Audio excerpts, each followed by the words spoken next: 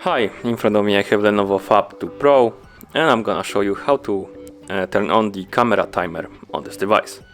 Let's start by opening the camera app by tapping this icon right here. Now let's tap on this icon in the top left corner to open the settings. And here we have a countdown option. Let's tap on it. And now we can choose between few options. For example, turn off, 3 seconds, 5 seconds and 10 seconds. Let's select 5. And now let's go back to camera. Now let's tap on the shutter button to take a picture. And as you can see, the countdown started. And after it's complete, it took the photo.